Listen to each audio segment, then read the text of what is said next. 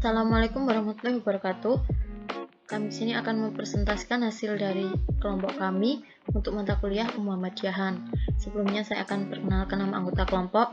Yang pertama ada Maya Kumala Dewi NIM B100-200-251. Yang kedua ada Ayunanda Amalia NIM B100-200-260. Yang ketiga ada Belda Kumarati Sumairning NIM B100-200-266. Yang keempat ada Marsha Diva Saputri NIM B100-200-268. Dan yang terakhir ada Nisa Hanifah NIM B100-200-269. HW atau Hizbul Wathon, yaitu Gerakan Kepanduan Hizbul Wathon atau disingkat dengan HW, adalah salah satu organisasi otonom atau ortom di lingkungan Persyarikatan Muhammadiyah. Tujuan didirikan HW yaitu untuk menyiapkan dan membina anak, remaja, dan pemuda yang memiliki akidah, mental, dan fisik berilmu dan berteknologi serta berakhlak karimah yang tujuan terwujudnya pribadi muslim yang sebenar-benarnya dan siap menjadi kader persyarikatan umat dan bangsa. Sejarah didirikan HW yaitu pertama kali di Yogyakarta pada tahun 1336 Hijriah atau 1918 Masehi atas prakarsa Kiai Haji Ahmad Dahlan yang merupakan pendiri Muhammadiyah. Prakarsa itu timbul saat dia selesai memberi pengajian di Solo dan melihat latihan JPO atau Javanese Wayfinders organisasi di alun-alun Mangkunegaraan Solo.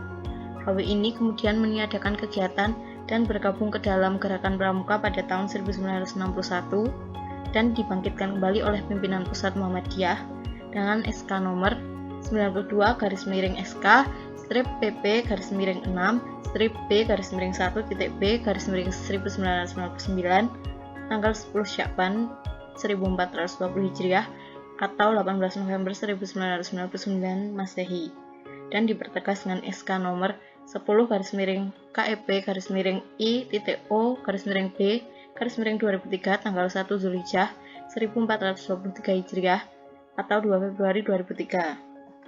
Sifat kepanduan Hizbul Wathon atau HW. Yang pertama ada terbuka, artinya dapat menerima siapa saja yang memenuhi syarat menjadi anggota. Yang kedua, sukarela, artinya tidak ada pelaksanaan atau perintah untuk menjadi anggota. Yang ketiga, nasional, artinya diperuntukkan bagi bangsa Indonesia, bergerak di bumi Indonesia dalam rangka mencerdaskan bangsa. Dan yang terakhir, Islami, yaitu sebagai salah satu organisasi otonom Muhammadiyah yang mengemban misi dan visi persyarikatan. Lazismu atau Lembaga Zakat Infak dan Sedekah Muhammadiyah adalah lembaga zakat tingkat nasional yang berkhidmat dalam pemberdayaan masyarakat melalui pendayagunaan secara produktif dana zakat, infak, sedekah, wakaf, dan dana kedermawanan lainnya, baik dari perseorangan, lembaga, perusahaan, dan instansi lainnya. Didirikan oleh PP Muhammadiyah pada tahun 2002 yang ditandai dengan penandatanganan deklarasi oleh Profesor Dr. Haji Syafi'i Ma'rif atau MA Buya Syafi'i, dan selanjutnya dilakukan oleh Menteri Agama Republik Indonesia sebagai lembaga amil zakat nasional melalui SK nomor 457/21 November 2002. Latar belakang berdirinya Lazismu yaitu ada fakta Indonesia yang berselimut dengan kemiskinan yang masih meluas, kebodohan, dan indeks pembangunan manusia yang sangat rendah. Semuanya berakibat dan sekaligus disebabkan karena tatanan keadilan sosial yang masih lemah. Berikut adalah gambar kasih sayang duafa dari Lazismu. Zakat diyakini mampu bersumbangsi dalam mendorong keadilan sosial, pembangunan manusia, dan mampu mengentaskan kemiskinan. Sebagai negara berpenduduk muslim terbesar di dunia, Indonesia memiliki prestasi zakat, infak, dan wakaf yang terbilang cukup tinggi. Namun, potensi yang ada belum dapat dikelola dan digunakan secara maksimal, sehingga tidak memberi dampak yang signifikan bagi penyelesaian persoalan yang ada. MLH atau Muhammadiyah Environmental Council atau Majelis Lingkungan Hidup. Sejak tahun 2003, Muhammadiyah telah mendirikan Lembaga Studi dan Pemberdayaan Lingkungan Hidup atau LSPLH dan menjadikan program lingkungan sebagai bagian yang tidak terpisahkan dari program organisasi. Sejak Muktamar Muhammadiyah ke-45 tahun 2005, di Malang diubah menjadi Lembaga Lingkungan Hidup atau LLH, dan pasca Muktamar Muhammadiyah ke-46 atau 1 abad tahun 2010 dirubah lagi menjadi Majelis Lingkungan Hidup atau MLH. Visi dan misi MLH yang pertama ada visi majelis, yaitu terwujudnya kesadaran, kepedulian, dan perilaku ramah lingkungan warga Muhammadiyah dan masyarakat pada umumnya dalam rangka melaksanakan amar ma'ruf nahi munkar. Misi majelis yaitu yang pertama ada melakukan kajian lingkungan secara objektif, menyeluruh dan berkeadilan sebagai masukan yang akurat kepada pemimpin dan warga Muhammadiyah serta masyarakat pada umumnya. Yang kedua ada menyelenggarakan pendidikan dan dakwah lingkungan kepada masyarakat dalam rangka peningkatan kesadaran dan kepedulian masyarakat.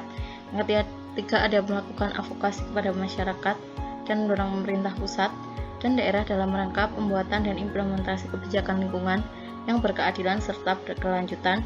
Dan yang terakhir ada menjalin kerjasama yang setara dan bersinergi dengan majelis dan atau lembaga internal Muhammadiyah dan institusi lingkungan di dalam maupun di luar negeri dalam rangka pengembangan dan keberlanjutan lingkungan. Program kerja dari Majelis Lingkungan Hidup PP Muhammadiyah periode 2015 sampai 2020 untuk mengembangkan dan mewujudkan program dan kegiatan adalah sebagai berikut. Yang pertama, ada sistem gerakan, yaitu mengembangkan konsep dan model gerakan lingkungan hidup berpraktis dakwah. Yang kedua, ada organisasi dan kepemimpinan, mengembangkan kapasitas dan fungsi kelembagaan di lingkungan persyarikatan dalam mengembangkan kesadaran kepedulian dan advokasi lingkungan hidup. Yang ketiga, ada jaringan, yaitu menjalin kerjasama yang setara, bersinergi, dan saling menguntungkan dengan lembaga pemerintah di swasta maupun luar negeri dalam rangka pelestarian dan peningkatan kualitas hidup. Yang keempat, ada sumber daya, yaitu menghasilkan kader dan warga sadar lingkungan yang memiliki concern dan keberpihakan pada usaha-usaha pelestarian dan penyelamatan lingkungan. Dan yang terakhir ada aksi pelayanan. Majelis Pelayanan Sosial Muhammadiyah merupakan suatu lembaga pelayanan kesejahteraan sosial yang dulu di bawah naungan Majelis Kesehatan dan Kesejahteraan Masyarakat (ICM) Sukajadi dan sekarang menjadi tanggung jawab Majelis Pelayanan Sosial MPS Pimpinan Cabang Muhammadiyah Sukajadi Kota Bandung. Berikut adalah gambar logo MPS. Tugas Majelis Pelayanan Sosial yang pertama adalah membangun dan meningkatkan kerja berjejaring dalam berpendidikan masyarakat yang tersistematisasi baik dengan internal persyarikatan atau amal usaha ortom dan eksternal persyarikatan atau NGO, lembaga donor dan pemerintah. Yang kedua ada penggerakan dan menghidupkan amal usaha dalam bidang sosial. Dan yang terakhir ada merealisasikan amal usaha sosial sebagai sarana dakwah dan berkaderan. Berikut adalah gambar rapat kerja nasional.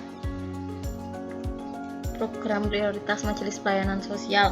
Yang pertama ada Desa Ramah Anak, yang kedua ada pendampingan dan orang tua anak yang bekerja di jalanan, yang ketiga ada penguatan kapasitas pengasuhan dan ekonomi keluarga, yang keempat ada shelter pelayanan lansia, yang kelima ada balai kesejahteraan sosial, yang keenam ada pengembangan usaha produktif untuk institusi pelayanan sosial, yang ketujuh ada revitalisasi panti sosial, yang kedelapan ada donasi sosial, yang kesembilan ada pemberdayaan masyarakat cacat, dan yang terakhir ada pendampingan anak berkonflik dengan hukum. Baik, terima kasih. Apabila ada kesalahan, kami mohon maaf. Wassalamualaikum warahmatullahi wabarakatuh.